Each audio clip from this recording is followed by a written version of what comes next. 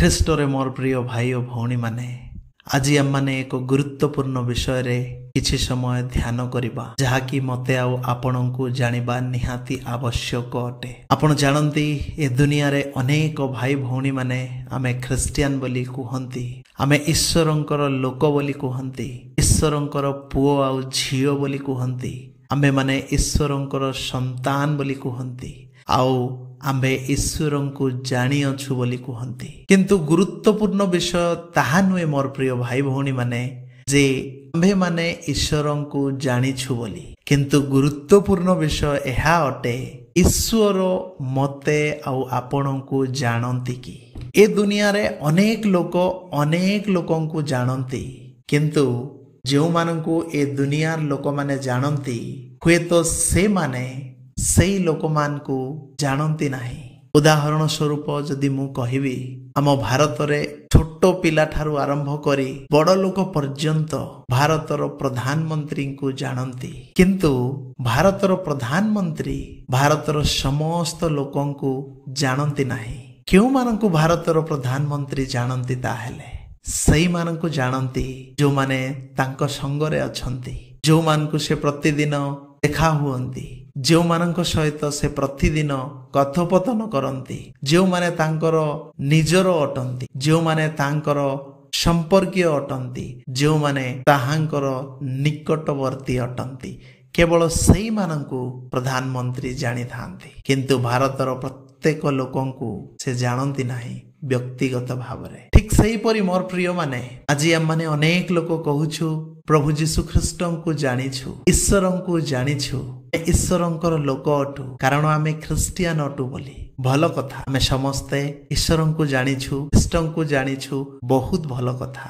କିନ୍ତୁ ଆମମାନଙ୍କୁ ସୁନିଶ୍ଚିତ ହେବା ଦରକାର ଯେ ଖ୍ରୀଷ୍ଟ ବା ଈଶ୍ୱର ମୋତେ ଆଉ ଆପଣଙ୍କୁ ଜାଣନ୍ତି କି ନାହିଁ ବୋଲି। ମୋର ପ୍ରିୟମାନେ, ପବିତ୍ର ଶାସ୍ତ୍ର ବାଇବେଲ ଆମମାନଙ୍କୁ କହେ, 2 ତିମୋଥୀ 2:19 ତାର ଶେଷ ଭାଗରେ ଏଭଳି ଲେଖାଯାଏ, ପ୍ରଭୁ ଆପଣା ଲୋକମାନଙ୍କୁ ଜାଣନ୍ତି, ଆଉ ଯେ କେହି ପ୍ରଭୁଙ୍କ ନାମ ଧରେ ସେ ଅଧର୍ମରୁ ଦୂରରେ ରହୁ ବୋଲି। ଏଇ ବାକ୍ୟରେ ଆମେ ଦେଖୁଛୁ, ପ୍ରଭୁ ଅର୍ଥାତ୍ ପରମେଶ୍ୱର, ଆମମାନଙ୍କର ପିତା ଈଶ୍ୱର, ପ୍ରଭୁ ଯୀଶୁ ଖ୍ରୀଷ୍ଟ, ସେ ଆପଣା ଲୋକମାନଙ୍କୁ ଜାଣନ୍ତି। କିଏ ତାଙ୍କର ଲୋକ ସେ ଜାଣନ୍ତି, କେଉଁମାନେ ତାହାଙ୍କର ସେ ଜାଣନ୍ତି, କେଉଁମାନେ ତାହାଙ୍କର ପୁତ୍ର ଆଉ ସନ୍ତାନ ସେ ଜାଣନ୍ତି ବୋଲି ଏଇ ବାକ୍ୟରେ ଆମମାନେ ପଢିବା ପାଇଁ ପାଉଛୁ। ମୋର ପ୍ରିୟମାନେ, ପ୍ରଭୁ ଆପଣା ଲୋକମାନଙ୍କୁ ଜାଣନ୍ତି। କେଉଁମାନେ ତାହାଙ୍କର ଲୋକ? ତାହେଲେ ଏଇ ବାକ୍ୟ ଅନୁସାରେ ଯଦି ଆମମାନେ ଦେଖିବା, ଯେ କେହି ପ୍ରଭୁଙ୍କ ନାମ ଧରେ ସେ ଅଧର୍ମରୁ ଦୂରରେ ରହୁ ବୋଲି। ମୋର ପ୍ରିୟମାନେ, ପ୍ରଭୁ ସେଇ ଲୋକମାନଙ୍କୁ ଜାଣନ୍ତି, ସେଇମାନଙ୍କୁ ନିଜର ଲୋକ ବୋଲି କୁହନ୍ତି, ଯେଉଁମାନେ ଏଇ ଦୁନିଆରେ ପ୍ରଭୁଙ୍କ ନାମ ଧରୁଛନ୍ତି, ପିତା ଈଶ୍ୱରଙ୍କୁ ମୋର ପିତା ବୋଲି କହୁଛନ୍ତି, ପ୍ରଭୁ ଯୀଶୁ ଖ୍ରୀଷ୍ଟଙ୍କୁ ମୋର ପ୍ରଭୁ ବୋଲି କହୁଛନ୍ତି, ଆଉ ଏହି ଦୁନିଆର ସମସ୍ତ ଅଧର୍ମରୁ ଦୂରରେ ରହୁଛନ୍ତି।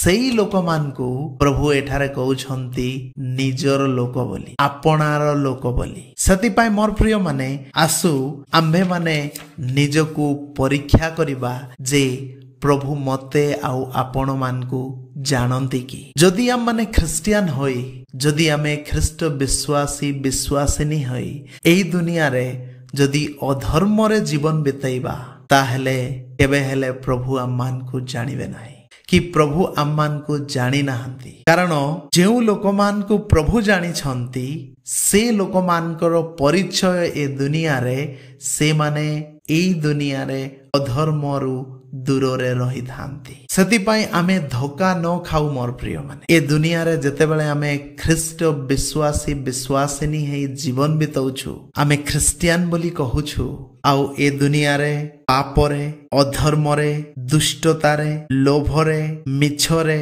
ପ୍ରତାରଣାରେ, ବ୍ୟଭିଚାରରେ, କ୍ରୋଧ କରିବାରେ, ମନ୍ଦତାରେ, ହିଂସାରେ, କପଟତାରେ, ଛଳ ବାକ୍ୟରେ ଯଦି ଆମମାନେ ଜୀବନ ବିତଉଛୁ, ତାହେଲେ ଈଶ୍ୱର ଆମମାନଙ୍କୁ ଜାଣନ୍ତି ନାହିଁ। ମୋର ପ୍ରିୟ ଭାଇ ଓ ଭଉଣୀ ମାନେ, ଆମମାନଙ୍କୁ ଏହା ସୁନିଶ୍ଚିତ ହେବା ଦରକାର, ଈଶ୍ୱର ପାପୀ ଲୋକମାନଙ୍କୁ ନିଜ ନିକଟରେ ରଖିପାରନ୍ତି ନାହିଁ।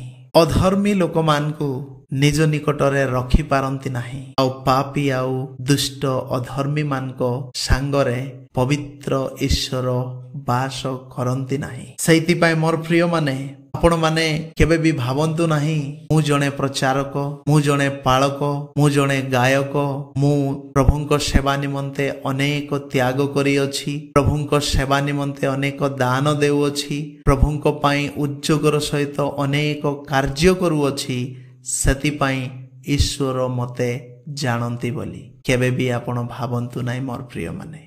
ଈଶ୍ୱର ସେଇ ଲୋକମାନଙ୍କୁ ନିଜର ବୋଲି କୁହନ୍ତି ଯେଉଁ ଲୋକମାନେ ଏହି ଦୁନିଆରେ ପାପରୁ, ଅଧର୍ମରୁ, ଅନ୍ୟାୟରୁ, ଦୁଷ୍ଟତାରୁ, ବ୍ୟଭିଚାରରୁ, ଲୋଭରୁ, ମନ୍ଦତାରୁ ଦୂରରେ ରୁହନ୍ତି।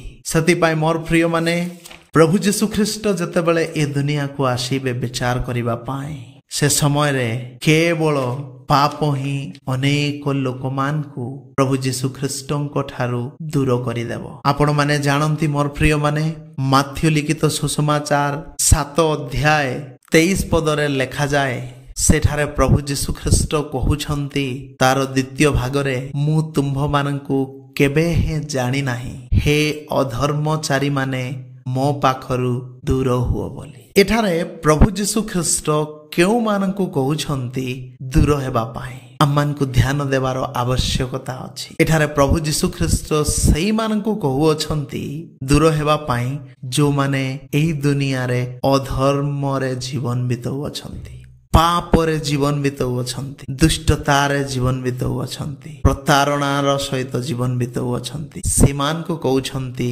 ତୁମ୍ଭେମାନେ ମୋ ଠାରୁ ଦୂର ହୁଅ ବୋଲି। ପ୍ରଭୁ ଯୀଶୁ ଖ୍ରୀଷ୍ଟ ପାପରୁ ରକ୍ଷା କରିବା ପାଇଁ ହିଁ ଏ ଦୁନିଆକୁ ଆସିଲେ ମୋର ପ୍ରିୟମାନେ। ଏହି ବାକ୍ୟ ଅନୁସାରେ ସେହିଦିନ କେବଳ ଅଧର୍ମଚାରୀମାନେ ଯୀଶୁ ଖ୍ରୀଷ୍ଟଙ୍କ ଠାରୁ ଦୂରକୁ ଚାଲିଯିବେ। ମୋର ପ୍ରିୟମାନେ, ଆମ୍ଭେମାନେ ଧୋକା ନ ଖାଉ।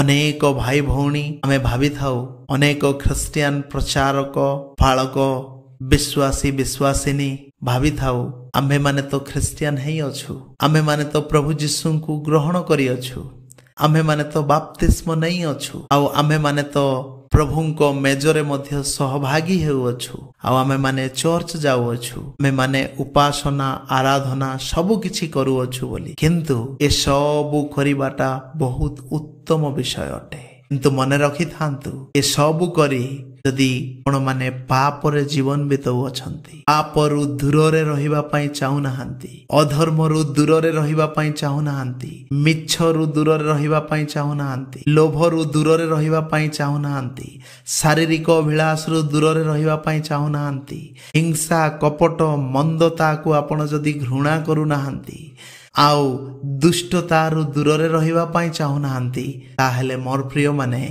ଏହି ବାକ୍ୟ ଅନୁସାରେ ସେଇଦିନ ପ୍ରଭୁ ଯୀଶୁ ଖ୍ରୀଷ୍ଟ କହିବେ, ହେ ଅଧର୍ମଚାରୀମାନେ ମୋ ପାଖରୁ ଦୂର ହୁଅ ବୋଲି। ମୋର ପ୍ରିୟମାନେ, ଏବେ ଆମମାନଙ୍କ ପାଖରେ ସମୟ ଅଛି, କାରଣ ଅନୁଗ୍ରହର ସମୟ। ପ୍ରଭୁ ଏବେ କାହାକୁ ଦୂର କରିନାହାନ୍ତି ତାଙ୍କ ନିକଟରୁ। ଏବେ ସମସ୍ତଙ୍କୁ ସେ ଚାହାନ୍ତି ତାଙ୍କ ନିକଟକୁ ଆସିବା ପାଇଁ। ସେ ସମସ୍ତଙ୍କୁ ମନ ପରିବର୍ତ୍ତନ କରି ତାଙ୍କ ନିକଟକୁ ଆସିବା ପାଇଁ ଚାହାନ୍ତି, ଆଉ ଅଧର୍ମରୁ ଦୂରରେ ରହି ପବିତ୍ରତାରେ ଧାର୍ମିକତାରେ ଜୀବନ ବିତେଇବା ପାଇଁ ଚାହାନ୍ତି। ଏବେ ଅନୁଗ୍ରହର ଦ୍ୱାର ଖୋଲା ଅଛି ମୋର ପ୍ରିୟମାନେ, କାରଣ ସ୍ୱର୍ଗ ରାଜ୍ୟରେ ପ୍ରବେଶ କରିବାର ଦ୍ୱାର ଖୋଲା ଅଛି। କିନ୍ତୁ ଗୋଟିଏ ଦିନ ମୋର ପ୍ରିୟମାନେ, ଦ୍ୱାରକର୍ତ୍ତା ଉଠି ଦ୍ୱାରକୁ ବନ୍ଦ କରିଦେବେ।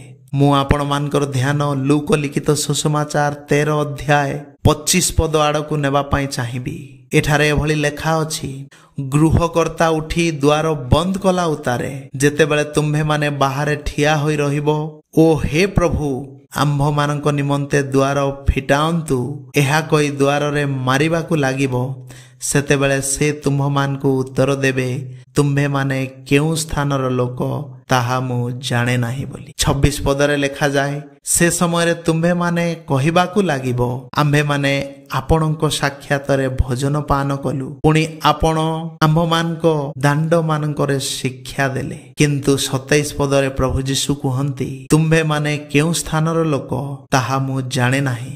ହେ ଅଧର୍ମଚାରୀ ସମସ୍ତେ ମୋ ପାଖରୁ ଦୂର ହୁଅ ବୋଲି। ମୋର ପ୍ରିୟ ମାନେ, ଏଇ ଯୋଉ 25ରୁ 27 ପଦ ମଧ୍ୟରେ ପ୍ରଭୁ ଯୀଶୁ ଯେଉଁମାନଙ୍କୁ କହୁଅଛନ୍ତି, ଏମାନେ ଅବିଶ୍ୱାସୀ ମାନେ ନୁହନ୍ତି।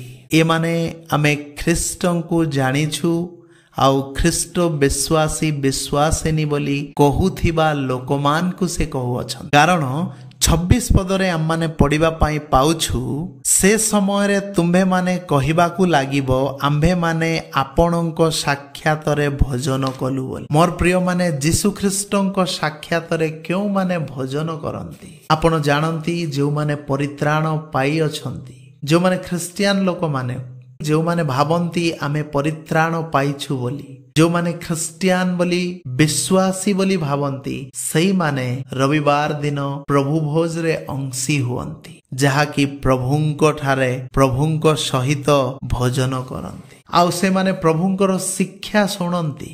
ପ୍ରତି ସପ୍ତାହରେ ପ୍ରଭୁଙ୍କର ଶିକ୍ଷା ସେମାନେ ଶୁଣନ୍ତି। କିନ୍ତୁ 27 ପଦ ଅନୁସାରେ ସେମାନେ କେବେ ହେଲେ ଅଧର୍ମରୁ ଦୂରରେ ରହିବା ପାଇଁ ଚାହାନ୍ତି ନାହିଁ। ମୋର ପ୍ରିୟ ମାନେ, ଆଜି ଆମମାନେ ଅନେକ ଖ୍ରୀଷ୍ଟିଆନ ଭାଇ ଭଉଣୀ ମାନେ ପ୍ରଭୁଙ୍କ ମେଜରେ ସହଭାଗୀ ହେଉଅଛୁ, ଚର୍ଚ୍ଚ ଉପାସନା ଯାଉଅଛୁ, ଦାନ ଦଶମାଂଶ ଦେଉଅଛୁ, ପ୍ରଭୁଙ୍କ କାର୍ଯ୍ୟ ଉଦ୍ଯୋଗୀର ସହ କରୁଅଛୁ, ପ୍ରଭୁଙ୍କ ନିମନ୍ତେ ଅନେକ ତ୍ୟାଗ ମଧ୍ୟ କରିଅଛୁ। କିନ୍ତୁ ଯଦି ଆମେ ନିଜ ଜୀବନକୁ ପରୀକ୍ଷା କରିବା, ତାହେଲେ ଆମମାନଙ୍କ ଜୀବନରେ ଅନେକ ଅଧର୍ମ ଲୁଚି ରହିଅଛି, ଅନେକ ପାପ ଲୁଚି ରହିଅଛି। ସେଥିପାଇଁ ମୋର ପ୍ରିୟ ମାନେ, ଆମେ ଏଇ ଯୋଉ ଅଧର୍ମ ଆଉ ପାପର ନିରାକରଣ ବର୍ତ୍ତମାନ ଯଦି କରିବା ନାହିଁ, ତାହେଲେ ଆମମାନଙ୍କ ପାଇଁ ଏହା ସେଇଦିନ ଭୟଙ୍କର ବିଷୟ ହେବ। କାରଣ ପ୍ରଭୁ ଯୀଶୁ ଖ୍ରୀଷ୍ଟ ସେଇଦିନ ସେଇ ଲୋକମାନଙ୍କୁ କହୁଅଛନ୍ତି, ହେ ଅଧର୍ମଚାରୀ ମାନେ, ସମସ୍ତେ ମୋ ପାଖରୁ ଦୂର ହୁଅ ବୋଲି। ଆଉ ସବୁଠୁ ଗୁରୁତ୍ୱପୂର୍ଣ୍ଣ ବିଷୟ ଏଠାରେ ଆମମାନେ 27 ପଦରେ ଦେଖିଲୁ ଯେ, ତୁମ୍ଭେମାନେ କେଉଁ ସ୍ଥାନର ଲୋକ ତାହା ମୁଁ ଜାଣେ ନାହିଁ ବୋଲି। ଆପଣ ଟିକେ ଚିନ୍ତା କରନ୍ତୁ ମୋର ପ୍ରିୟ ମାନେ, ଆମମାନେ ଚର୍ଚ୍ଚ ଯିବା ଲୋକମାନେ, ବାଇବେଲ ପଢୁଥିବା ଲୋକମାନେ, ପ୍ରାର୍ଥନା କରୁଥିବା ଲୋକମାନେ, ଖ୍ରୀଷ୍ଟିଆନ ସମାଜରେ ଖ୍ରୀଷ୍ଟିଆନ ରୀତିନୀତି ଅନୁସାରେ ଜୀବନ ବିତାଉଥିବା ଲୋକମାନେ, ସେଇଦିନ ଯଦି ପ୍ରଭୁ ଯୀଶୁ କହିବେ,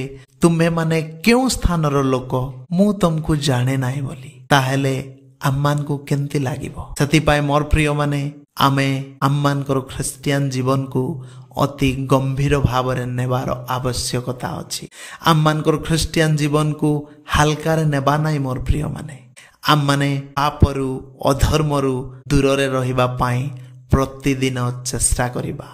ଯଦି ଆମମାନେ ପାପରେ ଅଧର୍ମରେ ରହିବା, ଅନ୍ୟାୟରେ ଜୀବନ ବିତେଇବା, ଦୁଷ୍ଟତାରେ ଜୀବନ ବିତେଇବା, ଲୋଭ ଲାଳସା ମୋହ ମାୟାରେ ଜୀବନ ବିତେଇବା, ଏ ଜଗତର ଲୋକମାନଙ୍କ ଭଳି ଜୀବନ ଯାପନ କରିବା, ତାହେଲେ ସେଦିନ ପ୍ରଭୁ ଯୀଶୁ ଖ୍ରୀଷ୍ଟ ଆମମାନଙ୍କୁ ତାଙ୍କ ଠାରୁ ଦୂର କରିଦେବେ। ମୋର ପ୍ରିୟ ମାନେ, ସେଇଥିପାଇଁ ପିତା ଈଶ୍ୱର ମତେ ଆଉ ଆପଣଙ୍କୁ ମହାପ୍ରେମରେ ପ୍ରେମ କଲେ, ଅନନ୍ତ ପ୍ରେମରେ ପ୍ରେମ କଲେ। ସେ ଚାହିଁଲେ ନାହିଁ ମତେ ଆଉ ଆପଣଙ୍କୁ ସେହି ବିଚାର ଦିନରେ ଯୀଶୁ ଖ୍ରୀଷ୍ଟ ନିଜ ଠାରୁ ସବୁଦିନ ପାଇଁ ଦୂର କରନ୍ତୁ ବୋଲି। ସେ ମତେ ଆଉ ଆପଣମାନଙ୍କୁ ସମସ୍ତ ଅଧର୍ମରୁ, ସମସ୍ତ ପାପରୁ ପରିତ୍ରାଣ ଦେବା ପାଇଁ, ମୁକ୍ତି କରିବା ପାଇଁ ଏ ଦୁନିଆକୁ ଆସିଲେ। ଆମମାନେ ଯଦି ମାଥ୍ୟୁ ଲିଖିତ ସୁସମାଚାର 1 ଅଧ୍ୟାୟ 21 ପଦରେ ଯଦି ଆମମାନେ ପଢିବା, ଦ୍ୱିତୀୟ ଭାଗରେ ଦୂତ ଏଠାରେ କୁହନ୍ତି, କାରଣ ସେ ଆପଣା ଲୋକମାନଙ୍କୁ ସେମାନଙ୍କର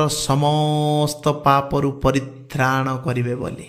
ଯୀଶୁ ଖ୍ରୀଷ୍ଟ ଆପଣା ଲୋକମାନଙ୍କୁ ସେମାନଙ୍କର ସମସ୍ତ ପାପରୁ ପରିତ୍ରାଣ କରିବେ ବୋଲି ଏଠାରେ ଲେଖା ଅଛି ମୋର ପ୍ରିୟ ମାନେ। କାରଣ ପାପୀ ବ୍ୟକ୍ତି, ଅଧାର୍ମିକ ବ୍ୟକ୍ତି, ଦୁଷ୍ଟ ବ୍ୟକ୍ତି ଈଶ୍ୱରଙ୍କ ସହିତ ରହିପାରିବ ନାହିଁ, ଯୀଶୁ ଖ୍ରୀଷ୍ଟଙ୍କ ସହିତ ରହିପାରିବ ନାହିଁ। ସେଇଥିପାଇଁ ସେଦିନ ବିଚାର ଦିନରେ ପ୍ରଭୁ ଯୀଶୁ ଖ୍ରୀଷ୍ଟ କହିବେ, ହେ ଅଧର୍ମଚାରୀ ମାନେ ମୋ ଠାରୁ ଦୂର ହୁଅ ବୋଲି। ଆଉ ସେ ମତେ ଆଉ ଆପଣଙ୍କୁ ତାଙ୍କ ଠାରୁ ଦୂର ନ କରିବା ପାଇଁ ମୋର ପ୍ରିୟ ଭାଇ ଭଉଣୀ ମାନେ, ପ୍ରଭୁ ଯୀଶୁ ଖ୍ରୀଷ୍ଟ ଏ ଦୁନିଆରେ ମନୁଷ୍ୟ ରୂପ ଧାରଣ କରି ଜନ୍ମ ଗ୍ରହଣ କଲେ। ଆଉ ତାହାଙ୍କର ନାମ ଯୀଶୁ ଦିଆଗଲା, ଯାହାର ଅର୍ଥ ହେଉଛି ଉଦ୍ଧାରକର୍ତ୍ତା। ଆଉ ସେ ଆପଣା ଲୋକମାନଙ୍କୁ ସେମାନଙ୍କର ସମସ୍ତ ପାପରୁ ପରିତ୍ରାଣ କରିବେ ବୋଲି ଏଠାରେ ପ୍ରଥମ ପ୍ରଥମ ନୂତନ ନିୟମର ପ୍ରତିଜ୍ଞା ମାନେ ଦେଖୁଛୁ। ଏଠାରେ ଲେଖାଯାଇ ନାହିଁ ଯେ ଯୀଶୁଖ୍ରୀଷ୍ଟ ସମସ୍ତଙ୍କୁ ସ୍ୱର୍ଗକୁ ନେବେ ବୋଲି।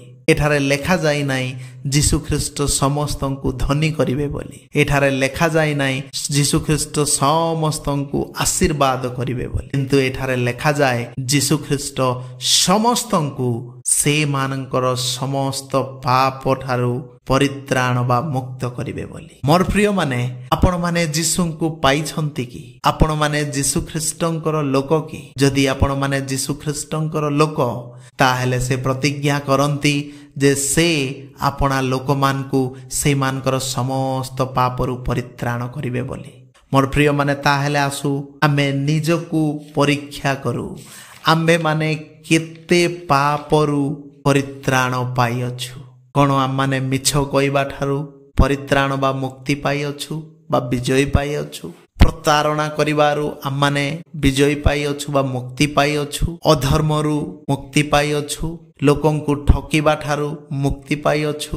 ସ୍ୱାମୀ ସ୍ତ୍ରୀ ସହିତ ଝଗଡ଼ା ହେବା ଠାରୁ ମୁକ୍ତି ପାଇଅଛୁ? ବିଭିନ୍ନ ମନ୍ଦ ବାକ୍ୟ କହିବା ଠାରୁ ମୁକ୍ତି ପାଇଅଛୁ? ବିଭିନ୍ନ କୁଭାଷା କହିବାରୁ ଆମମାନେ ନିବୃତ୍ତ ହୋଇଅଛୁ? ଯଦି ଏ ସମସ୍ତ ପାପରୁ ଆମମାନେ ମୁକ୍ତି ପାଇଅଛୁ, ତାହେଲେ ଆମ୍ଭେମାନେ ଯୀଶୁଙ୍କର ଲୋକ ଅଟୁ। କାରଣ ଯୀଶୁଖ୍ରୀଷ୍ଟ ଆମମାନଙ୍କୁ ଏ ସମସ୍ତ ପାପରୁ ମୁକ୍ତି ଦେବା ପାଇଁ ଏ ଦୁନିଆକୁ ଆସିଥିଲେ। ସେଥିପାଇଁ ମୋର ପ୍ରିୟମାନେ, ଆମମାନେ ଭ୍ରାନ୍ତରେ ନ ରହୁ, ଆପଣା ଜୀବନକୁ ପରୀକ୍ଷା କରୁ। କାରଣ ଏ ଦୁନିଆରେ ଆମେ କେହି ମଧ୍ୟ ସିଦ୍ଧ ନୋହୁଁ।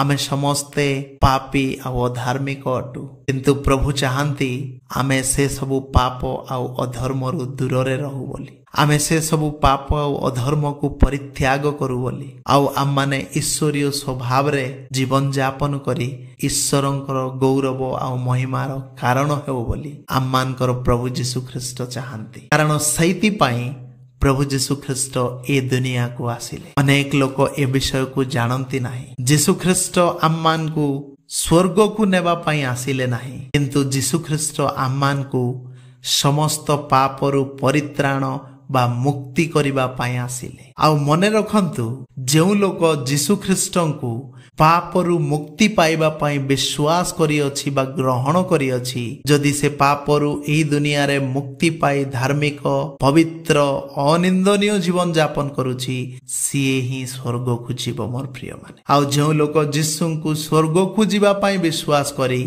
ଏ ଦୁନିଆରେ ପାପ ଆଉ ଅଧର୍ମରେ ଜୀବନ ବିତାଉଛି, ସେଦିନ ସିଏ ଯୀଶୁଖ୍ରୀଷ୍ଟଙ୍କ ଠାରୁ ସବୁଦିନ ପର୍ଯ୍ୟନ୍ତ ଦୂରକୁ ଚାଲିଯିବ। ସେଥିପାଇଁ ମୋର ପ୍ରିୟମାନେ, ଆସୁ ଆମମାନେ ପ୍ରଭୁ ଯୀଶୁଖ୍ରୀଷ୍ଟଙ୍କୁ ବିଶ୍ୱାସ କରୁ ଯେ ପ୍ରଭୁ ତୁମ୍ଭେ ମୋର ସମସ୍ତ ପାପରୁ ମୁକ୍ତି ଦେବା ପାଇଁ ଏ ଦୁନିଆକୁ ଆସିଥିଲ ବୋଲି। ଆଉ ମୁଁ ଏହା ବିଶ୍ୱାସ କରୁଛି ତୁମ୍ଭେ ମୋତେ ସମସ୍ତ ପାପରୁ ମୁକ୍ତି ବା ପରିତ୍ରାଣ କରିବ ବୋଲି। ଆଉ ମୁଁ ଏ ପାପରେ ବଞ୍ଚିବା ପାଇଁ ଚାହେଁ ନାହିଁ। ମୁଁ ଅଧର୍ମରେ ବଞ୍ଚିବା ପାଇଁ ଚାହେଁ ନାହିଁ।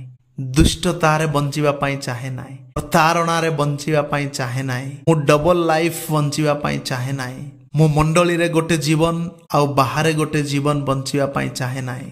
ମୁଁ ଆପଣଙ୍କ ଠାରେ ଆପଣଙ୍କୁ ଭୟ କରି ଅଧର୍ମରୁ ଦୂରରେ ରହି ଆପଣଙ୍କର ଗୌରବ ନିମନ୍ତେ ବଞ୍ଚିବା ପାଇଁ ଚାହେଁ ବୋଲି ଆମେ ପ୍ରଭୁ ଯୀଶୁଖ୍ରୀଷ୍ଟଙ୍କୁ ନିଜ ହୃଦୟରେ ଗ୍ରହଣ କରୁ। ମୋର ପ୍ରିୟମାନେ, ପାପ ମନୁଷ୍ୟର ବଡ଼ ସମସ୍ୟା। କାରଣ ପାପୀ ମନୁଷ୍ୟକୁ ପରମେଶ୍ୱର ସେଦିନ ସବୁଦିନ ପାଇଁ ଦୂରକୁ କରିଦେବେ ତାଙ୍କଠାରୁ। ସେଥିପାଇଁ ସେ ମୋତେ ଆଉ ଆପଣଙ୍କୁ ପ୍ରେମ କଲେ, ଦୟା କଲେ, କରୁଣା କଲେ, ଅନୁଗ୍ରହ କଲେ। ଆଉ ସେ ଆମମାନଙ୍କୁ ଦୂର ନ କରିବା ପାଇଁ ତାଙ୍କର ପୁତ୍ର ପ୍ରଭୁ ଯୀଶୁଙ୍କୁ ଏ ଦୁନିଆକୁ ପଠାଇଲେ। ଆଉ ଆମମାନଙ୍କର ପାପ ନିମନ୍ତେ ତାଙ୍କୁ କାଲବରୀ କ୍ରୁଶରେ କ୍ରୁଶାର୍ପିତ କଲେ।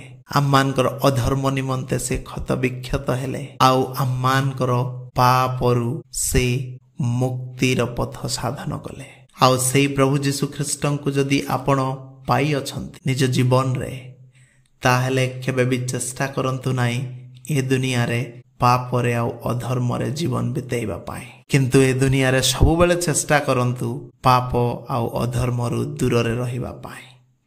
ଆଉ କେବଳ ପ୍ରଭୁଙ୍କୁ ଆପଣା ଜୀବନରେ ମହିମା ଦେବା ପାଇଁ ସର୍ବଦା ଚେଷ୍ଟା କରନ୍ତୁ। ପ୍ରଭୁ ମୋତେ ଆଉ ଆପଣମାନଙ୍କୁ ଏହି ବାକ୍ୟ ଦ୍ୱାରା ଆଶୀର୍ବାଦ କରନ୍ତୁ।